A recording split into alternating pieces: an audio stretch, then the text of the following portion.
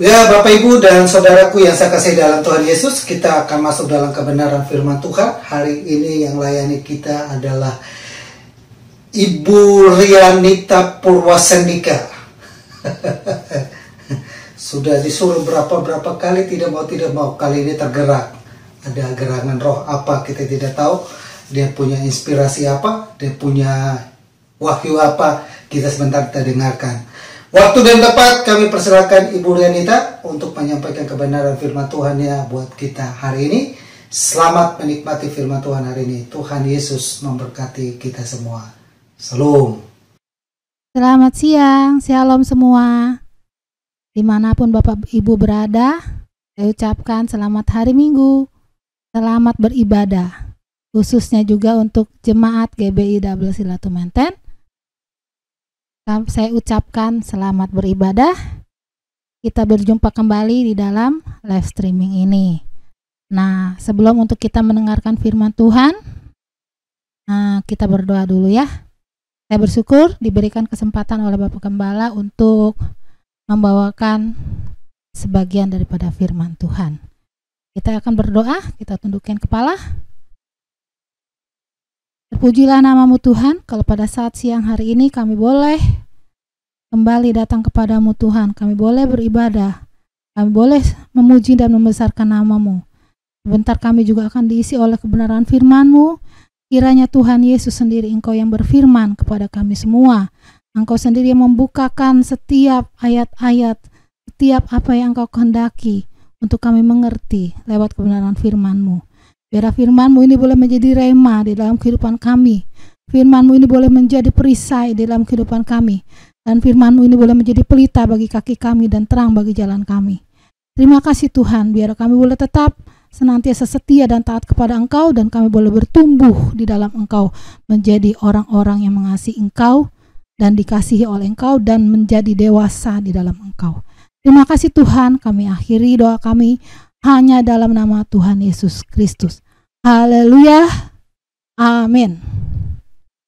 Puji Tuhan Bapak Ibu, dimanapun berada, ya, walaupun kita di rumah saja, sudah 6 bulan kurang lebih kita di rumah saja. Tetapi jangan sampai kita juga lemah imannya, jangan sampai kita goyah imannya melihat situasi yang terjadi saat-saat ini.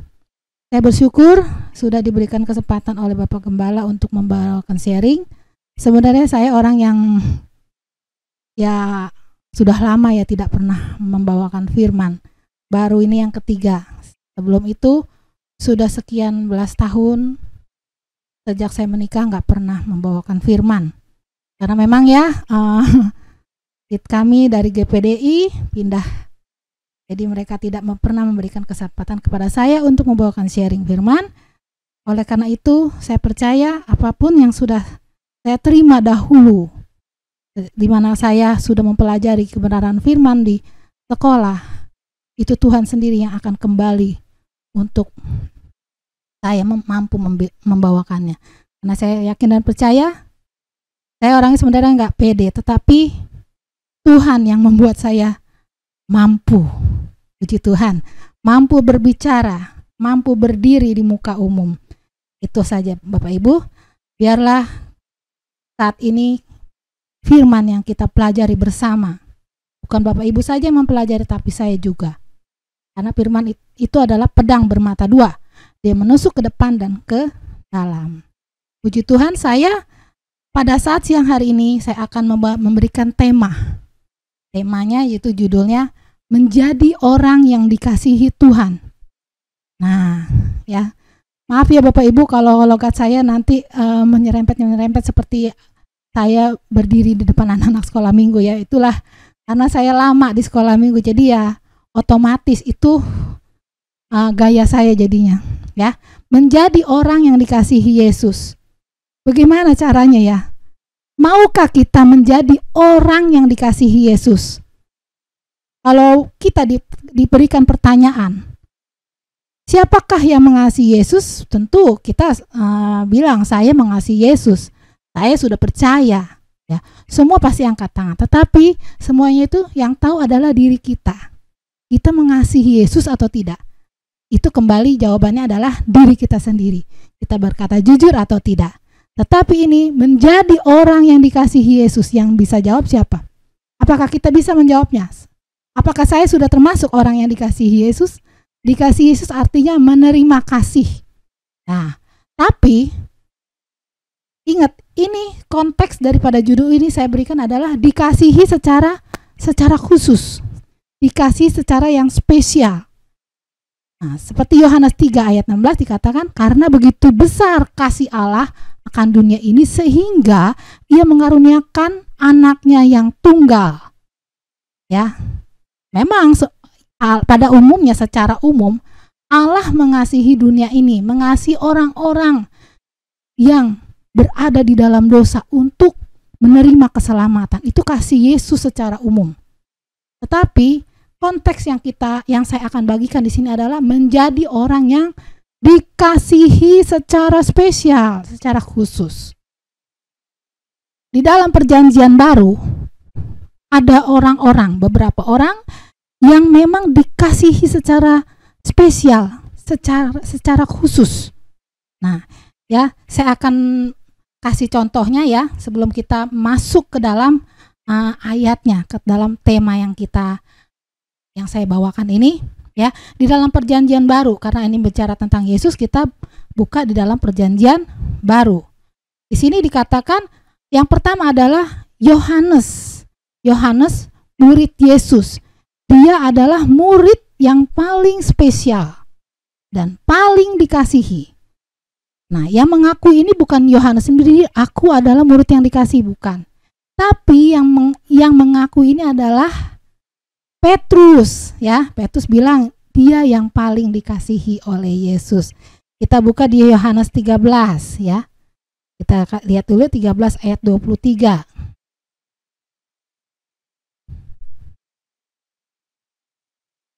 Ayat 23 sampai 24. Seorang di antara murid Yesus, yaitu murid yang dikasihinya, bersandar dekat kepadanya di sebelah kanannya. Di sini memang Yohanes yang menulis, tapi ya sebelum itu memang dia juga diakui oleh Yesus sendiri bahwa dia adalah murid yang paling dikasih, ya.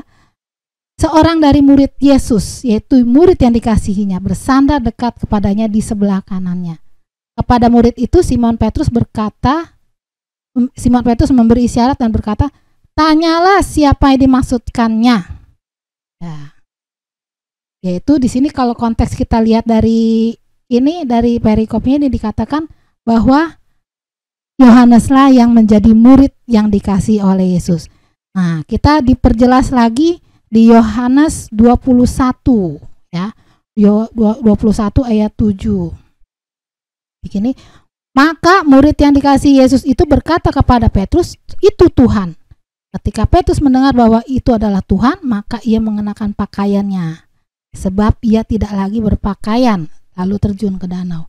Jadi murid yang dikasihi Yesus itu juga mengenal Yesus, walaupun Yesus itu saat itu sudah naik ke surga, sudah disalibkan dan sudah wafat, dan dia menampakkan diri kepada murid-muridnya. Tetapi yang mengenali itu adalah Yesus adalah yang pertama adalah Yohanes. Nah, Petrus sendiri tidak kenal. Nah, yang kedua adalah orang yang dikasihi Yesus adalah Maria, ya. Maria beserta saudara-saudaranya, yaitu Marta dan Lazarus. Nah, Maria ini pun dia dikasihi oleh Yesus. Nah, kita akan membahas tentang Maria ini, ya. Dia adalah orang yang dikasihi oleh Yesus. Nah, di dalam Yohanes 11 ayat 5, kita buka sebentar ya. Ini cuma contoh. Yesus memang mengasihi Marta dan kakaknya dan Lazarus. Keluarga ini memang dibawa ada kasih yang spesial dari Yesus, ya. Memang dikasihi oleh Yesus. Terus ayat 33.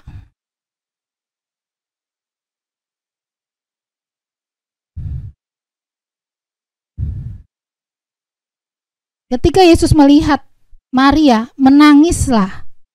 Ketika Yesus melihat Maria menangis dan juga orang-orang Yahudi yang datang bersama-sama dengan dia, maka masgullah hatinya.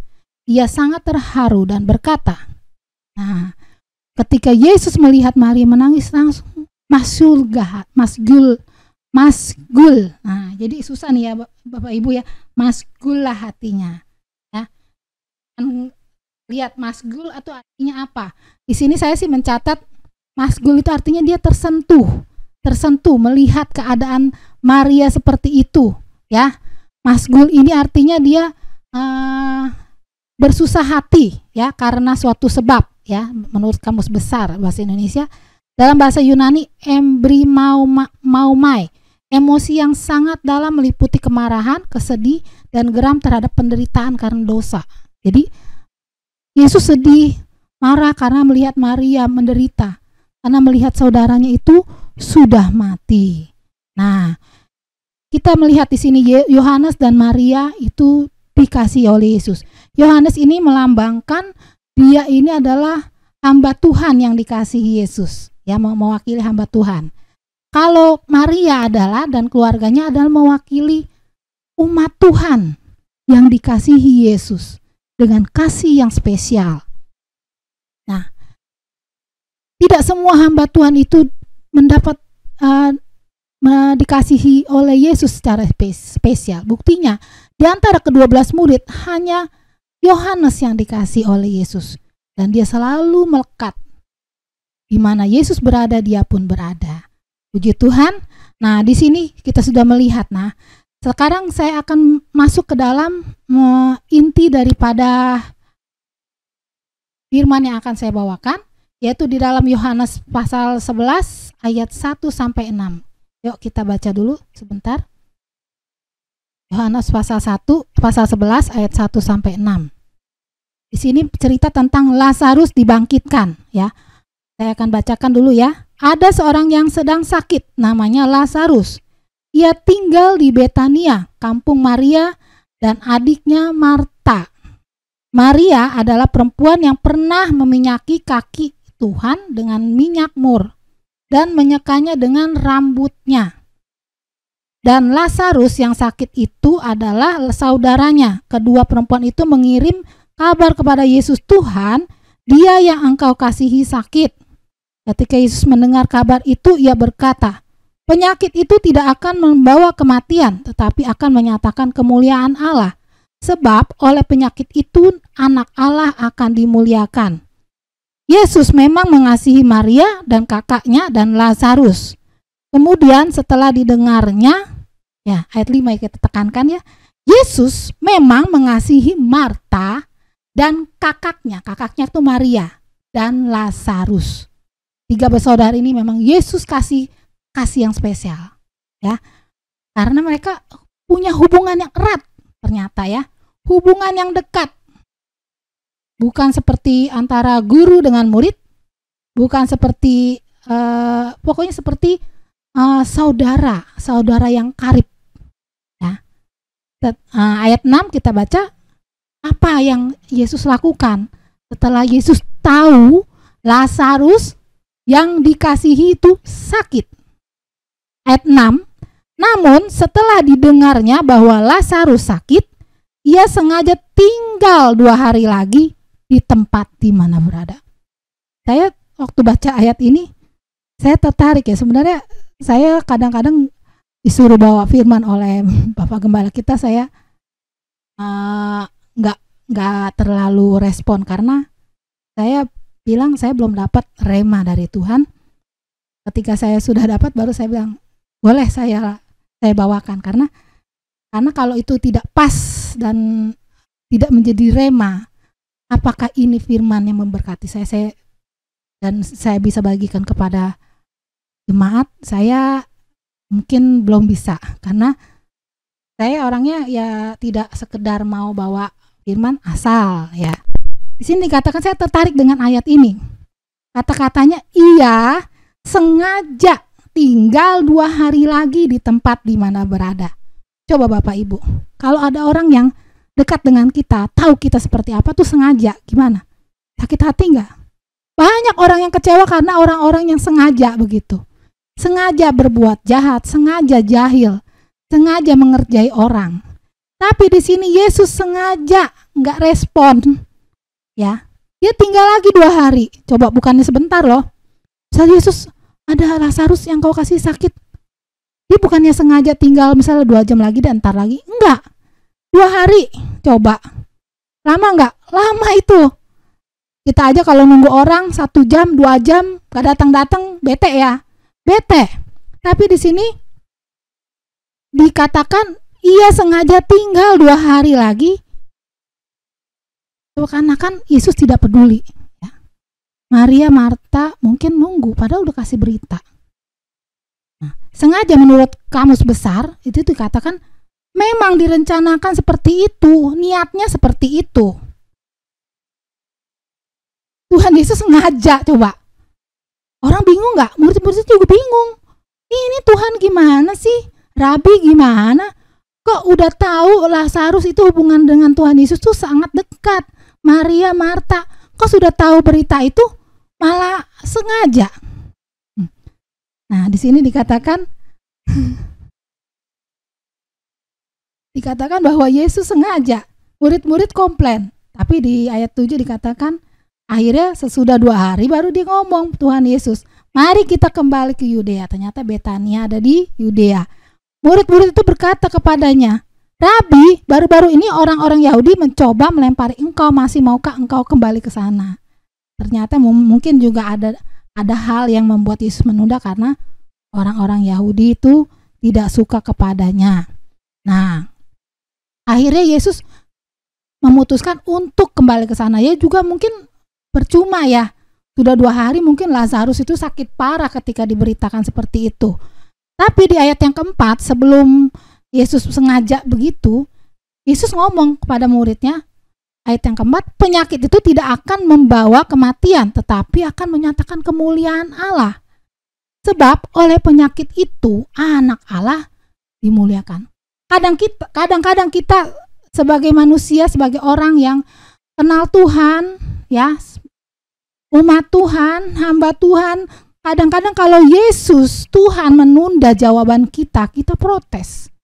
Kok Tuhan kasih kita penderitaan yang tidak ada habisnya?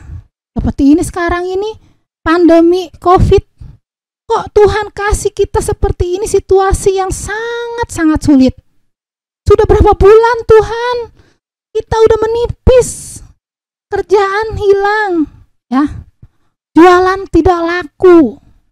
Kita berteriak, kapan Tuhan? Kok Tuhan membiarkan, padahal saya setia loh Tuhan. Saya beribadah loh Tuhan. Saya baca Alkitab, saya berdoa, saya kasih korban, persembahan, kasih perpuluhan, bahkan kasih buah sulung, bahkan kasih apa lagi? Ucapan syukur, semua saya kasih. Tapi kok Tuhan seperti ini? Kita menangis, sudah air mata sudah kering. Ya, baru 6 bulan Bapak Ibu. Belum seperti yang Tuhan Yesus bilang, masa kesusahan besar itu akan ada dan lebih parah daripada saat-saat ini. Masa kesusahan di mana antikris nanti akan menyatakan dirinya, akan muncul. Ya, itu lebih parah. Kita nggak tahu apa yang menjadi rancangan Tuhan.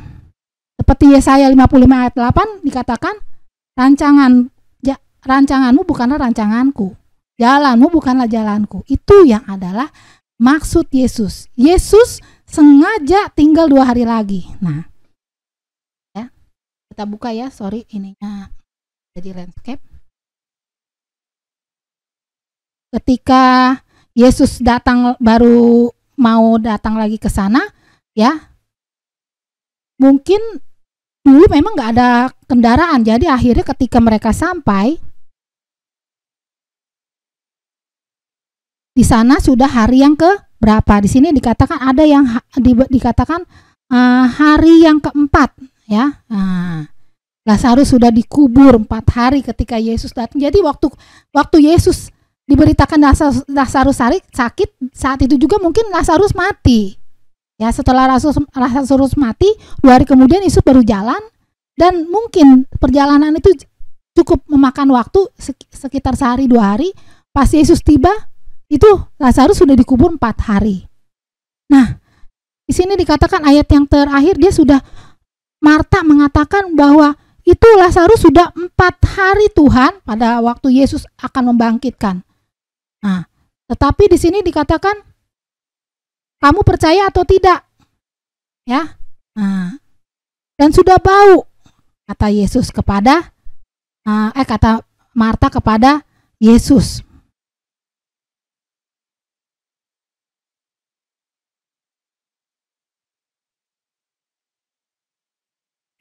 Ya, saya nggak catat ayatnya, tapi kita perlu tahu apa yang menjadi tujuan Yesus sengaja menunda, ya, membiarkan masalah Lazarus itu, ya, sehingga Lazarus akhirnya mati dan dikubur.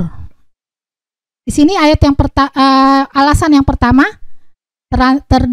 terbaca di dalam Yohanes 11 ayat 4, ya. Tadi saya sudah bacakan bahwa untuk menyatakan kemuliaan Allah, melaksanakan rencana Allah, yaitu yang lebih baik, bukan sekedar menyembuhkan orang sakit. Memang saat itu tidak ada rencana Allah untuk Yesus ini menyembuhkan orang sakit. Tetapi ada rencana Allah untuk Yesus membangkitkan yang sudah mati. Nah, ayat yang keempat kita sudah baca, kita baca ayat yang ke-15.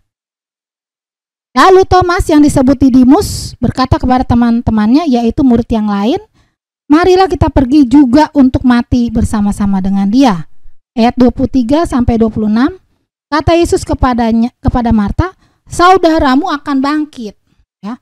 Marta waktu itu ngeluh, Tuhan ayat 21, ya Tuhan sekiranya engkau ada di sini, saudaraku pasti tidak akan mati. Tapi Tuhan Yesus katakan di dalam ayat 23, saudaramu akan bangkit. Sudah terjadi belum? Kan akan, belum terjadi, ya. Kata Marta kepadanya, aku tahu bahwa ia akan bangkit. Percaya Marta? Ya Tuhan, saya tahu, tapi pada waktu orang-orang bangkit pada akhir zaman. Ya, Marta taunya seperti itu karena memang Yesus sudah mengajarkan tentang kebangkitan orang-orang percaya di akhir zaman. Ingat Bapak Ibu, ya, kita orang yang percaya walaupun sudah mati, tapi kita akan bangkit, ya, pada kebangkitan yang pertama, ya, di akhir zaman. Nah, jawab Yesus, akulah kebangkitan dan hidup. Barang siapa percaya kepadaku, ia akan hidup walaupun ia sudah mati. Dan setiap orang yang hidup dan yang percaya kepadaku tidak akan mati selama-lamanya. Percayakah engkau akan hal ini? Dia tanya kepada Marta. Oh, Marta bilang, percaya saya Tuhan. Nah, kita boleh lihat di sini, Marta tidak kecewa kepada Tuhan walaupun Tuhan nunda untuk datang. Ya, di sini kita melihat Marta yang dikasihi Tuhan punya sikap yang positif kepada Tuhan Yesus. Dia tidak kecewa. Banyak orang-orang sekarang, ya, baru nggak dijawab, aduh Tuhan, pokoknya saya berdoa begini, saya minta begini, harus Tuhan jawab. Kalau Tuhan nggak jawab berarti saya kecewa sama Tuhan. Oh, banyak yang seperti itu. Tapi di sini kita boleh lihat contoh teladan Marta. Dia tidak kecewa. Yang kedua adalah, tunggu, ayat 40 dan 42. Bukankah sudah kukatakan kepadamu, jikalau engkau percaya akan melihat kemuliaan Allah. Nah, di sini dikatakan akan melihat kemuliaan Allah kalau engkau percaya, Marta dan Maria. Yang kedua, untuk memperkuat iman keluarga dan para murid. Saya catat itu adalah tujuan Yesus sengaja. Nah, ada di dalam ayat 15. Untuk memperkuat iman, untuk tetap belajar percaya, ayat 15. Tetapi syukurlah aku tidak hadir pada waktu itu, sebab demikian lebih baik bagimu, supaya kamu dapat belajar percaya. Marilah kita pergi sekarang. Nah, jadi Yesus sengaja memang waktu saat Lazarus sekarat, ya, sakit parah, dia bilang, untung saya tidak hadir pada waktu itu. Memang lebih baik seperti itu supaya kamu belajar percaya. Ketika aku tidak hadir di situ, apakah engkau tetap percaya? Atau kalau engkau percayanya hanya ketika aku ada di situ, lihat secara mata lahiriah. Tetapi ternyata Maria dan Marta udah lewat ujian itu dan mereka lolos, mereka lulus, mereka tetap percaya kepada Yesus. Dia rela mati, gak apa-apa Lazarus mati. Tapi mereka yakin Lazarus akan bangkit pada nanti kebangkitan ketika akhir zaman nanti. Dia tetap percaya. Mereka gak berharap Lazarus akan dibangkitkan saat itu. Tapi di sini kita melihat bahwa kekuatan dari kasih Marta Maria kepada Yesus, begitu juga karena Marta dan Maria mengasihi Yesus dengan tulus, dengan sungguh, dan melayani Yesus dengan tulus, dengan rela berkorban, Yesus pun mengasihi Marta, Maria, dan Lazarus. Itulah yang dinamakan kasih spesial kepada orang-orang yang mengasihi Yesus secara tulus tanpa pamrih. Kalau Tuhan jawab doa saya mengasihi Yesus. Kalau Tuhan tidak jawab, berarti saya tidak mengasihi, saya kecewa. Nah, itu yang dinamakan kasih tanpa imbalan, kasih tanpa harus mendapatkan. Ya, karena Marta dan Maria merasa sudah mendapatkan keselamatan itu. Begitu juga dengan kita. Orang percaya bukan berarti dia harus lewat dari penderitaan, lolos daripada penderitaan. Tetapi orang percaya akan tetap alami penderitaan, sedih, sakit, kematian. Itu dia ada di dalam 2 Timotius 3 ayat 12. Tetap ada. Tapi Tuhan yang akan menguatkan kita orang percaya untuk menghadapinya. Walaupun Tuhan tidak melewatkan itu. Dan Tuhan akan memampukan kita menghadapinya. Bahkan suatu saat juga Tuhan dengan kemurahannya akan memberikan kita jawaban, mengangkat kita daripada penderitaan itu. Ya, di sini ada suatu kata yang menguatkan kita. Kesetiaan kepada Allah tidak menjamin kebebasan daripada penderitaan. Jadi jangan pernah kita kecewa. Saya sudah percaya, saya sudah setia begini, kok tetap menderita? Memang setiap orang yang masih hidup pasti akan mendapat masalah dan menderita. Tapi semua itu untuk mendatangkan kebaikan. Seperti dalam Roma 8 ayat 28. Jadi kita tetap harus menantikan pertolongan itu, ya. Di dalam Yohanes 16 ayat 1 sampai 4, ya.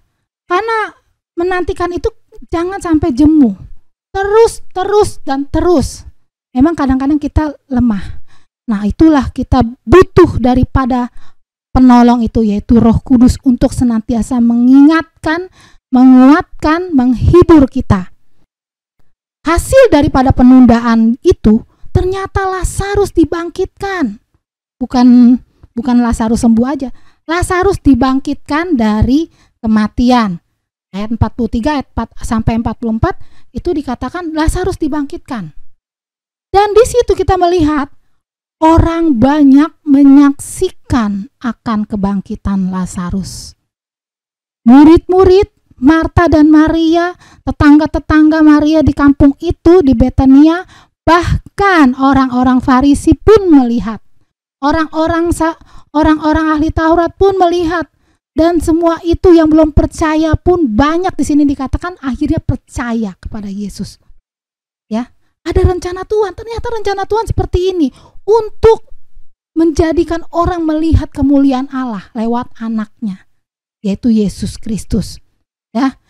Ayat 45 kita baca, banyak di antara orang Yahudi yang datang melawat Maria, karena memang kedukaan kan, jadi datang untuk menghibur. Dan yang menyaksikan sendiri apa yang telah dibuat Yesus, percaya kepadanya. Wah, ternyata banyak yang menyaksikan, datang melawat, menyaksikan sendiri yang dibuat Yesus dan percaya. Tapi ada juga yang cuma buat nimbrung gosip, ntar habis itu buat laporan kepada orang-orang Farisi. Ya, puji Tuhan. Ternyata reaksi Maria tetap percaya. Di ayat 27 ya, Yohanes pasal 11. Jawab Marta, "Ya Tuhan, aku percaya bahwa Engkaulah Mesias, anak Allah, Dia yang akan datang ke dalam dunia." Ya. Ayat 25 dan 26. Jawab Yesus, "Akulah kebangkitan dan hidup." Nah, bla bla bla ya. Percayakah engkau akan hal ini? Nah, ayat 31 dan 32 di situ juga Maria percaya. Setibanya Maria di tempat Yesus, dia melihat dan tersungkur di depan kakinya. "Tuhan, sekiranya engkau ada di sini, saudaraku pasti tidak akan mati." Ini perkataan yang sama yang diucapkan oleh Marta. Makanya di sini kita boleh melihat teladan dari sikap Marta dan Maria terhadap apa yang Yesus lakukan. Walaupun itu ditunda, walaupun Yesus tidak datang ketika mereka memanggil, walaupun Yesus belum menolong saat itu juga, di mana mereka mau Yesus saat itu juga menolong, Yesus menundanya. Tapi reaksi Marta dan Maria ini boleh menjadi teladan. Nah, mengapa Marta dan Maria dikasihi Yesus sedemikian rupa secara spesial? Kita boleh melihat teladan ini. Jadi sebagai orang-orang yang percaya, saat-saat ini kita mengalami krisis, mengalami kesusahan. Bukan Bapak Ibu aja yang mengalami, umat Tuhan yang mengalami kesusahan. Kami hamba-hamba Tuhan pun mengalami kesusahan. Tetapi apa reaksi kita seharusnya yang kepada Tuhan Yesus? Apa yang harus kita berikan respon kepada Tuhan Yesus? Kalau Yesus saat ini belum menolong kita. Biar kita tetap percaya. Kita tetap menjadi orang yang dikasihi, supaya kita menjadi orang yang dikasihi Yesus. Ya. Bagaimana cara kita supaya kita dikasihi Yesus? Saya ada catat 7. 7 kalau secara rohani itu adalah angka sempurna, ya. Sempurna, kesempurnaan. Seperti 7 perkataan Yesus di kayu salib. Itu adalah angka 7, sempurna sudah. Ya. Yesus menggenapi janji-janji Allah. Kan manusia dari dosa dengan dia disalibkan. Ya, cara bagaimana kita menjadi orang yang dikasihi, kalau mau kita boleh praktekkan ini, ya. 1, yaitu selalu dekat dengan Yesus. Selalu nempel dengan Yesus. Bagaimana Tuhan Yesus nggak ada di sorga? Tuhan Yesus nggak kelihatan. Ya ada Roh Kudus. Roh Kudus pun saya tidak bisa melihat kasat mata. Memang semua kita hanya melihat dengan mata iman. Itulah gunanya iman kita dipertajam, supaya iman kita dapat melihat apa yang akan Yesus kerjakan bagi kita. Percaya, tetap percaya seperti yang Marta dan Maria katakan, ya. Yaitu seperti apa dekatnya? Yaitu dekatnya seperti Yohanes, ya. Di pasal 13 ayat 23 dia selalu nyender di sebelah kanan. Pokoknya kalau ketika duduk bersama-sama dengan Yesus tuh Yohanes pasti selalu di kanan Yesus.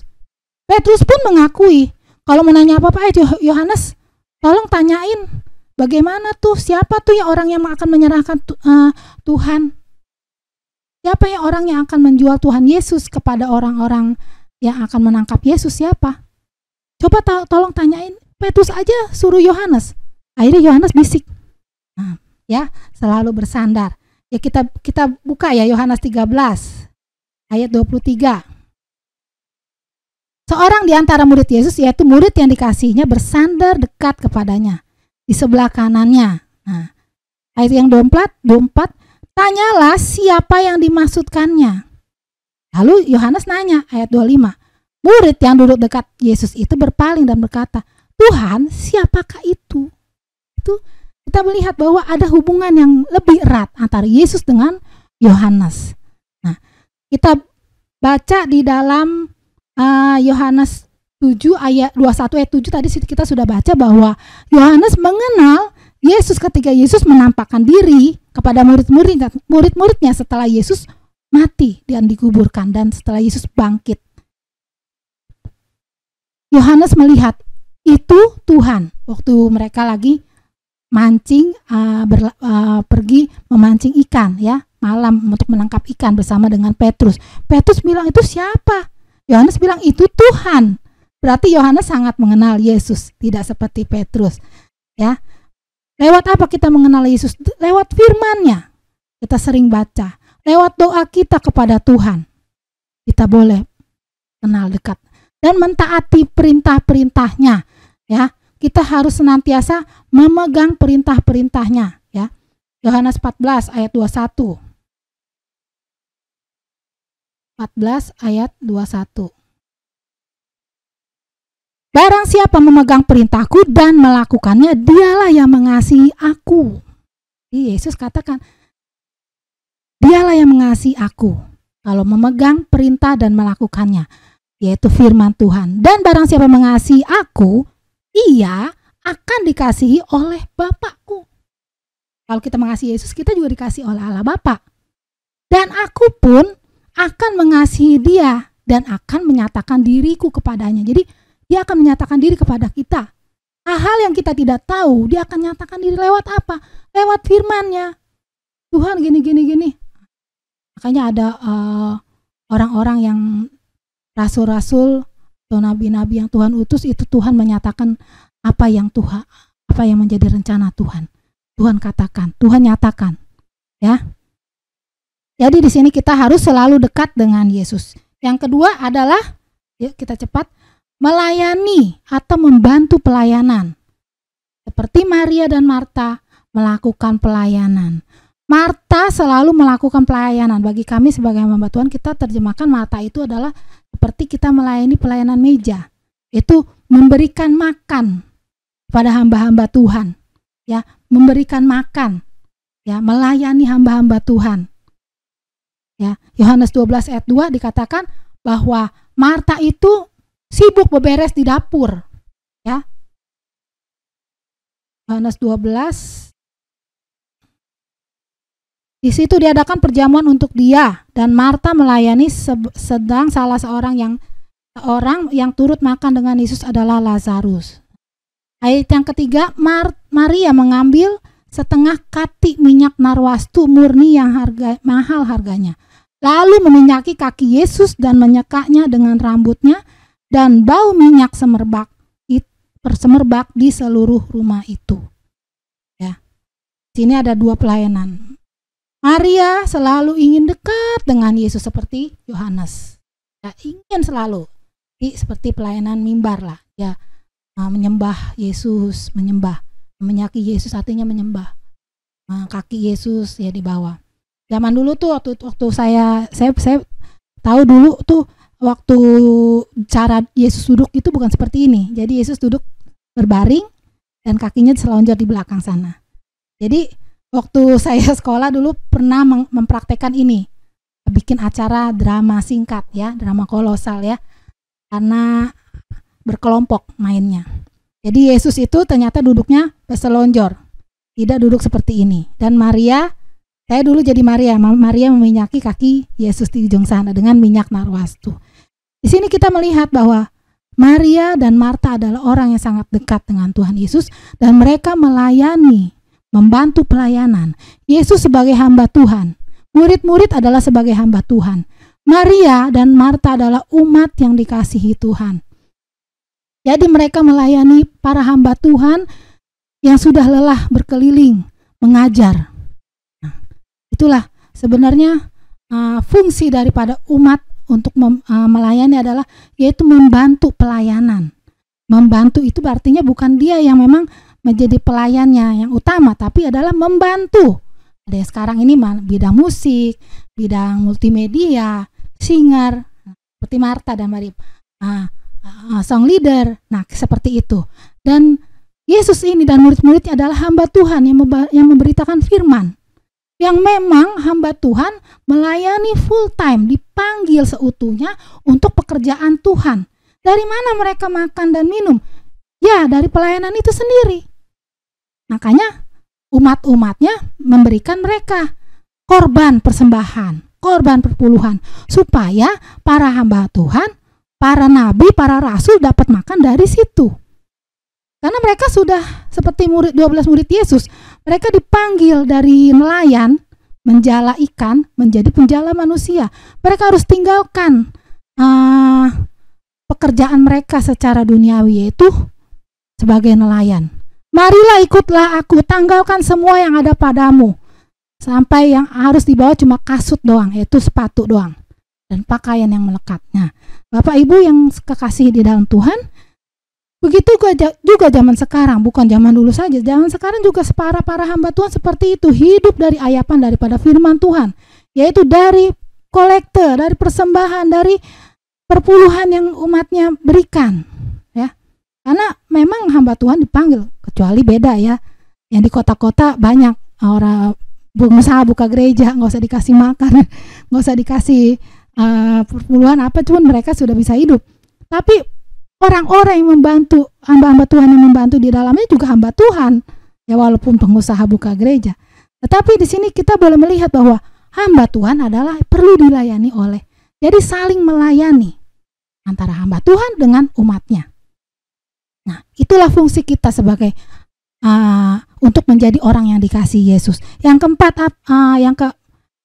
yaitu yang ketiga ya, berkorban untuk Yesus dalam hal materi ya. Dalam hal materi bisa, dalam hal waktu. Yaitu di mana kita pergunakan waktu kita untuk memuji Tuhan, untuk berdoa ya. Untuk baca firman itu pakai waktu loh Bapak Ibu ya. Makanya kita harus sediakan kesempatan ini untuk Yesus dimuliakan, menyembah Yesus pagi-pagi, berdoa jangan hanya Tuhan saya perlu ini. Wah, Tuhan itu jadi pembantunya dong. Tuhan saya perlu usaha saya sukses. Tuhan saya perlu gaji saya dinaikin sama atasan saya, sama bos saya. Tuhan saya perlu begini. Ya cuma laporan doang. Tapi perlulah kita untuk menyembah Tuhan. Naikkan pujian, syukur kita kepada Tuhan. Itu berupa korban. Korban yang menyukakan hati Tuhan. Menyembah Tuhan, memuji Tuhan, memuliakan Tuhan. Ya. Dan juga korban materi. Apa itu korban materi? Nggak usah banyak-banyak. Kalau kita belum bisa ya cukup ya persembahan. Serela kita berapa. Apalagi perpuluhan. Memang perpuluhan itu wajib. Ya. Seperti Maria aja kita baca di dalam Yohanes 12 ayat 3 sampai 6. Di situ tadi kita sudah baca, ia menyaki kaki Yesus dengan menyekanya dengan minyak narwastu murni yang mahal harganya. Itu mahal loh. Itu sepertinya tabungan Maria dihabiskan untuk beli minyak narwastu. Saya lupa untuk mencari berapa harga minyak narwastu. Saya lupa tadi mau cari, cuma saya lupa ya.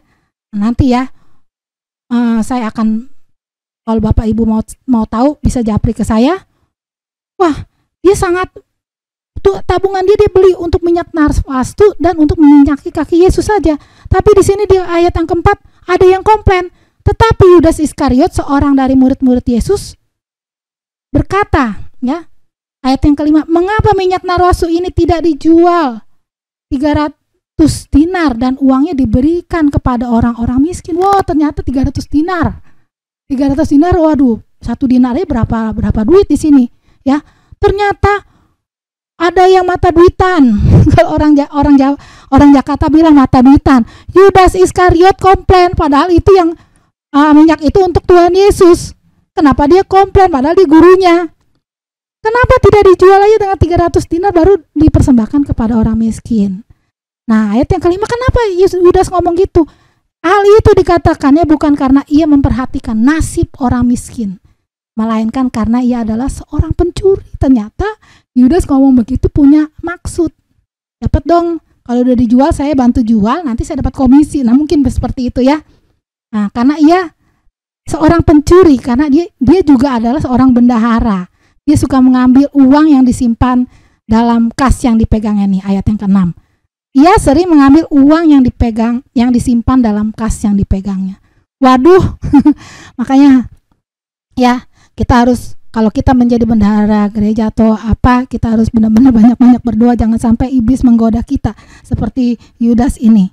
Nah, ayat yang tadi sudah kita baca bahwa korban apa aja yang harus kita berikan, ya persembahan, rela kita. Perpuluhan memang wajib ya. Perpuluhan wajib itu Bapak Ibu.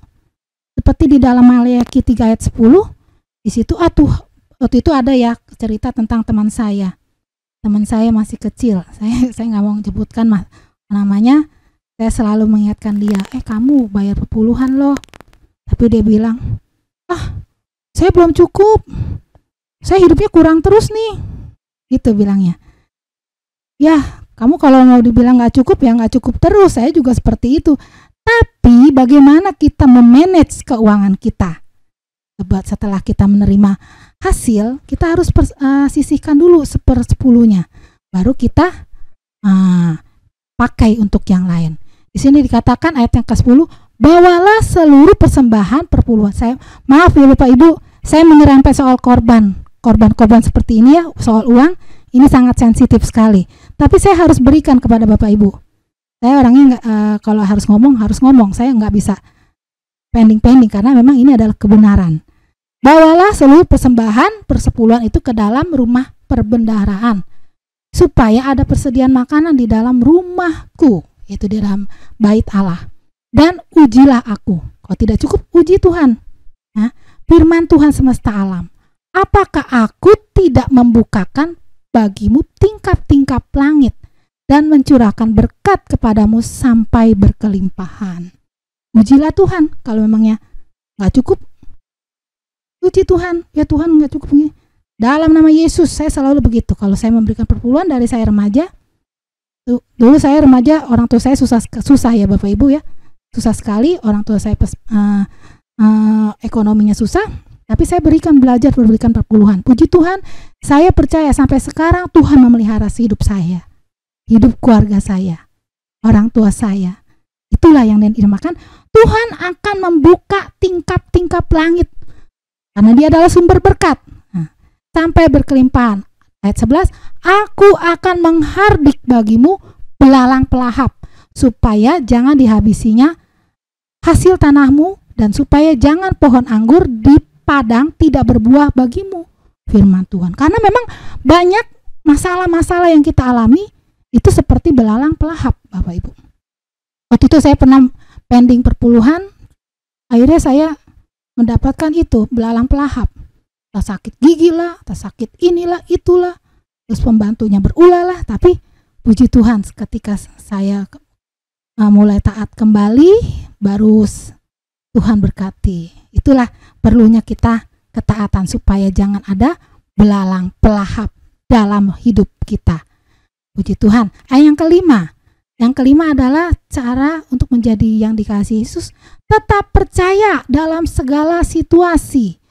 Seperti Marta dan Maria tadi, Yesus menunda untuk menolong. Yohanes 11 ayat 15. Marta katakan, saya tetap percaya Tuhan bahwa Engkau adalah Mesias, Engkau adalah Juru Selamat. Ya, saya dijawab atau tidak, tetap percaya kepada Yesus. Karena percaya kepada Yesus landasannya bukan dari setiap jawaban doa yang kita minta, tapi percaya kepada Yesus adalah karena Yesus telah menebus kita dari dosa, ya, dari akar dosa dari nenek moyang, dosa turunan. Sehingga kita menjadi orang-orang yang merdeka. Seperti sekarang negara kita sudah merdeka 75 tahun. Ya, kita juga harus merdeka dari dosa. Ya, dosa yang mungkin masih mengikat kita harus merdeka.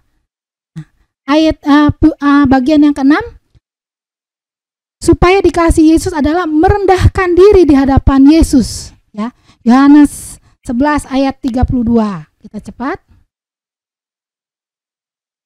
Yohanes 11 ayat 32, selalu merendahkan diri di hadapan Yesus. Setibanya Maria di tempat Yesus berada dan melihat Dia, tersungkurlah ia di depan kakinya.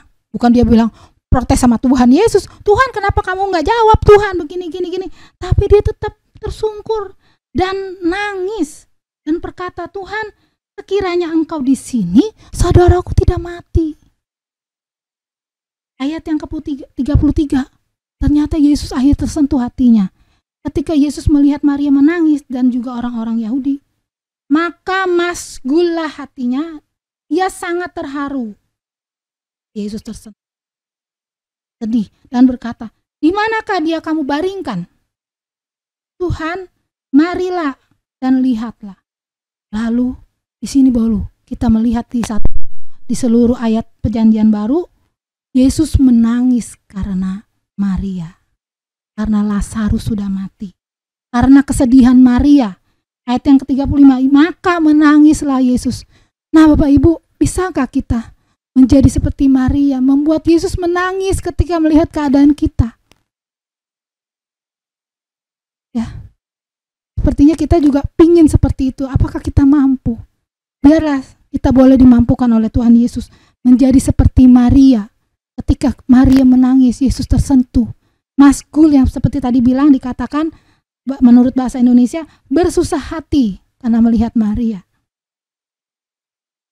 ayat 36 dikatakan, lihatlah betapa kasihnya. Nah, orang-orang Yahudi aja bisa berpendapat betapa kasihnya Yesus kepada Maria. Sangat mengasihi Maria.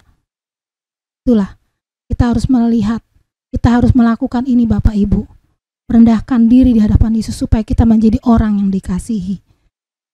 Ya, bagian yang ke-6, menjadi saksi. Menjadi saksi.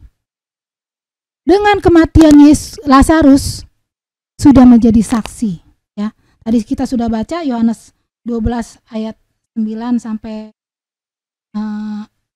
ya.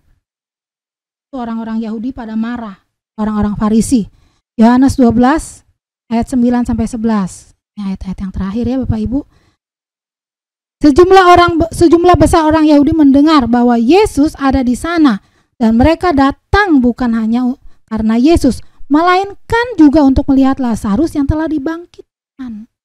Orang Yahudi ternyata datang, mau lihat.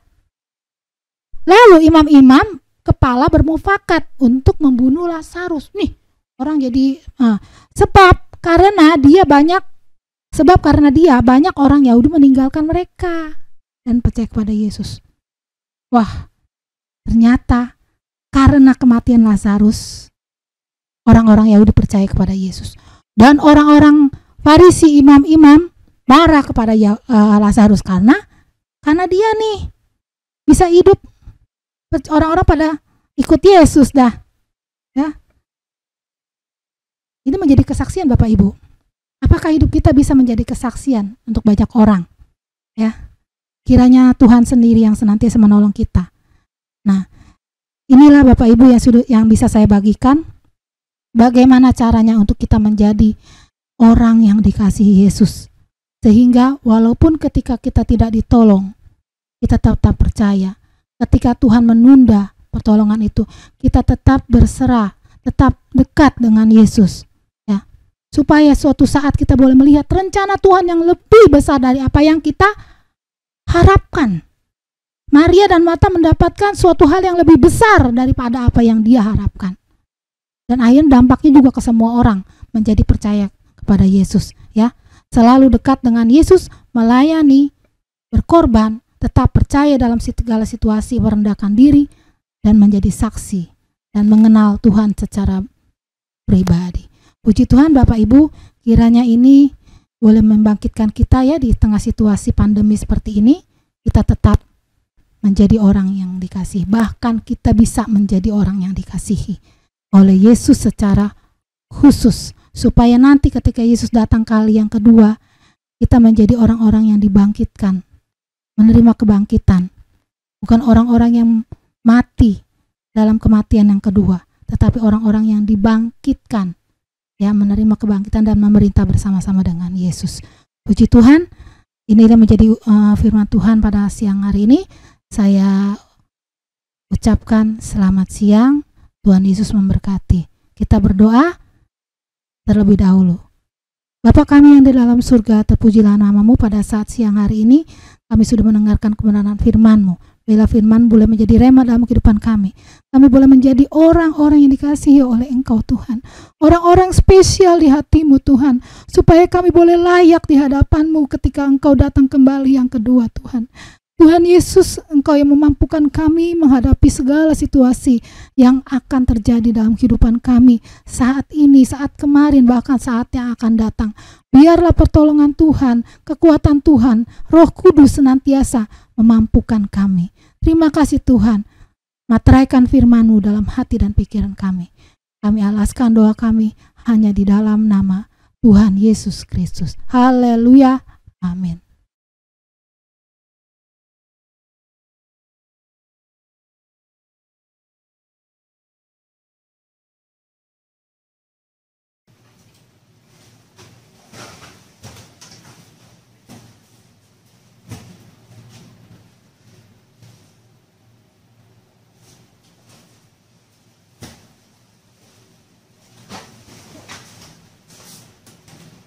Ya, saudaraku yang saya kasihi dalam Tuhan Yesus, kita sudah mendengarkan kebenaran firman Tuhan yang disampaikan oleh Ibu Pendeta Rianita. Terima kasih Ibu buat pelayanan firman Tuhan ya. Dan terus maju dalam inspirasi firman Tuhan. Bukan buat kita, bukan buat siapa-siapa, tapi buat kemuliaan nama Tuhan.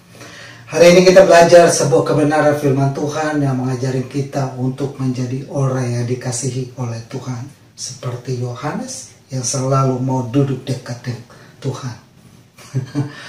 Pasti saudara, kalau kita dekat dengan Tuhan, apa saja yang kita minta dan doakan, pasti dikabulkan. Jangankan dekat dengan Tuhan, dekat dengan pengusaha, dekat dengan konglomerat, kena jipratannya. Dekat dengan Pak Presiden, kena kena beberapa proyek. Banyak orang berlomba-lomba dekat dengan orang-orang penguasa-penguasa. Tapi kita sebagai orang percaya, mari kita berlomba-lomba dekat dengan pemilik kehidupan ini. Mau disayang Tuhan, mau dikasihi Tuhan, lakukan 7 angka sempurna tadi sudah disampaikan Ibu Rianita, supaya kita benar-benar menjadi orang yang senantiasa berada di hadirat Tuhan. Nah, ada 7. 1. Selalu berada dekat dengan Yesus. 2. Berkorban untuk Yesus. 3. Melayani Yesus. Saya ada catatannya, saudara. 4. Menjadi saksi bagi Yesus. 5. Tetap percaya dalam segala kondisi. 6. Merendahkan diri di hadirat Tuhan. 7. Melakukan dan memegang perintah Tuhan. Amin.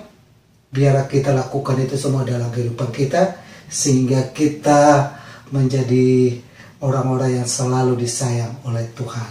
Orang yang dikasihi oleh Tuhan. Bapak Ibu mungkin pernah mendengar khotbah saya bulan lalu kalau nggak salah. Orang yang dikasihi oleh Tuhan selalu mendapat pertolongan. Orang yang dikasihi oleh Tuhan selalu dibela oleh orang yang dikasihi oleh Tuhan. Tuhan, dia selalu ada di hatinya Tuhan, pikiran Tuhan, perasaannya Tuhan. Kalau engkau sedih, Tuhan juga merasakan sedih. Kalau engkau senang, Tuhan juga merasakan. Dan setiap hari Tuhan mau supaya kita selalu bersukacita. Amin. Karena sukacita adalah obat yang manjur. Masalah boleh ada, persoalan boleh banyak, tapi jangan sampai mengganggu hati kita yang bersukacita dalam Tuhan. Kita bersukacita bukan karena duit kita banyak, kita bukan bersukacita karena dapat lotre, bukan. Kita bersukacita karena hidup kita. Kalau kita mati, kita sudah ada di surga. Kita bersukacita karena hari ini kita sudah terdaftar di dalam buku kehidupan. Kita bersukacita karena kita ditebus dari dunia kegelapan. Khotbah sesi yang kedua. Terima kasih buat semua yang ada. Biarlah kita diberkati melalui firman Tuhan yang ada. Mari kita sama-sama mengakhiri ibadah ini. Dan minggu depan masih kita live streaming. Bahkan mungkin saya pengumuman lagi, bulan September kita masih tetap juga memilih untuk live streaming. Karena saya melihat beberapa hal yang masih perlu untuk kita siapkan untuk kita memulai ibadah di Hotel 88. Mari saudaraku yang saya kasih, buat Bapak Ibu yang mau memberikan persembahan, mungkin di tagline yang ada, nomor rekening yang ada, persembahan yang ada, Bapak Ibu boleh transfer melalui nomor rekening yang ada. Yuk kita akhiri ibadah kita dengan doa. Bapa kami dalam surga, dalam nama Tuhan Yesus, kami datang kepadamu Bapa di siang hari ini. Di akhir ibadah kami datang kepadamu bersatu hati buat kebenaran firman Tuhan yang kami sudah terima. Pujian penyembahan dari awal sampai selesai, Tuhan tolong sehingga kami bisa memuji, memuliakan nama Tuhan. Sekalipun pujian yang adalah pujian yang sudah diikut sebelumnya, namun kami percaya di mana hati kami terbuka, kami angkat hati kami, hidup kami memuji Tuhan. Mujizat terjadi dalam kehidupan kami. Firman Tuhan yang ada meteraikan dalam kehidupan kami. Dan kami semua yang ada yang menyaksikan ini, mata yang melihat kami berdoa Bapa dalam setiap mata yang menyaksikan, melihat kami, baik yang di channel ini maupun di Facebook mau dimanapun, kamu berdoa Bapa, ulurkan tanganmu menjamah, menolong dan memberkati hidupan mereka. Setiap umat Tuhan, jemaat Tuhan yang ada di GBI Double Silaturahmi dimanapun mereka berada, dalam keadaan apapun, dalam rumah tangga mereka, dalam pekerjaan bisnis usaha mereka, ulurkan tanganmu Bapa, menjaga, menolong, melindungi dan memberkati mereka Bapa dalam nama Yesus. Jika Tuhan menjumpai dalam kehidupan mereka ada yang sakit, jamah dan sembuhkan. Yang lemah Tuhan kuatkan, susah Tuhan hiburkan.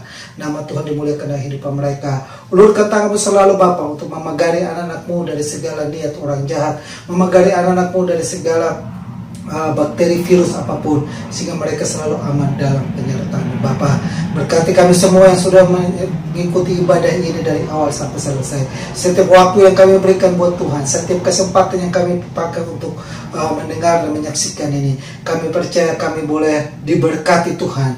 Tuhan hadir melalui kehidupan kami, Tuhan hadir melalui kebenaran firman Tuhan, Tuhan hadir melalui pujian yang ada, Tuhan hadir dalam kehidupan kami hari ini Bapa, dalam nama Yesus. Terima kasih Bapak, berkati kami semua yang ada yang menyaksikan ini, dan berkati pemerintahan pusat sampai kepada daerah RT RW yang ada, semua sistem keamanan yang ada Tuhan berkati, politik yang ada juga Tuhan berkati, sehingga semua tidak akan sesuatu yang membuat chaos di bangsa ini. Bangsa ini ada dalam kendali Tuhan, dalam pemerintahan Tuhan dan pantauan Tuhan.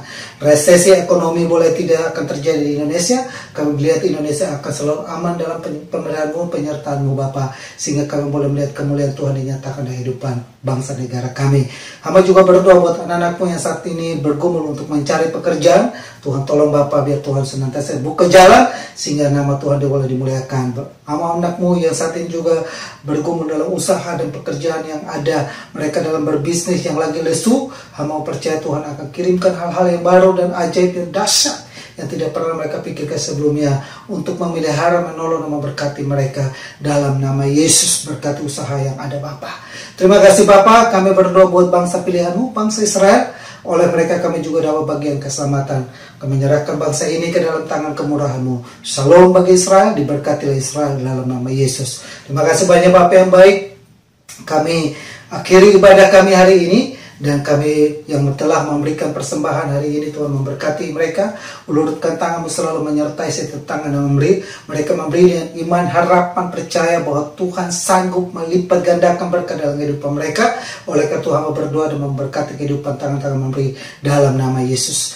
Terima kasih banyak Bapak yang baik. Kalau demikian saudaraku yang dikasihi Tuhan, arahkanlah imanmu kepada Tuhan, dan mari kita melakukan segala aktivitas kita dengan membawa berkat dan sejahtera dari Allah Bapa, kasih sayang daripada Yesus Kristus, persekutuan dan penghiburan dari Roh Kudus biarlah tetap tinggal menyertai kita mulai saat ini sampai Maranatha Tuhan Yesus datang kali yang kedua. Kami terima seluruh berkat Tuhan, dan kami akhiri ibadah live streaming kami hari ini dalam nama Bapa, Putra dan Roh Kudus, dalam nama Tuhan Yesus yang diberkati. Sama-sama kita katakan amin. Amin. Bapak Ibu, sampai jumpa lagi di minggu depan. Tuhan Yesus memberkati kita semua. Shalom.